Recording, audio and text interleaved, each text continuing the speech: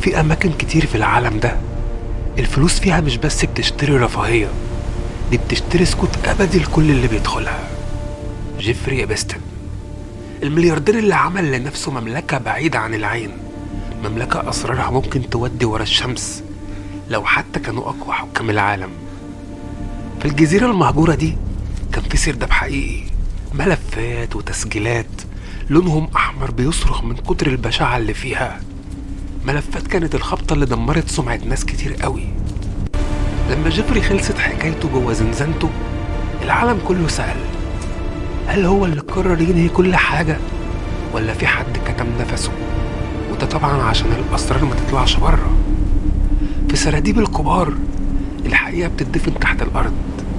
تفتكروا أسرار إبستن لسه مدفونة معاه ولا إيه؟ مستني ردودكم عليا في التعليقات.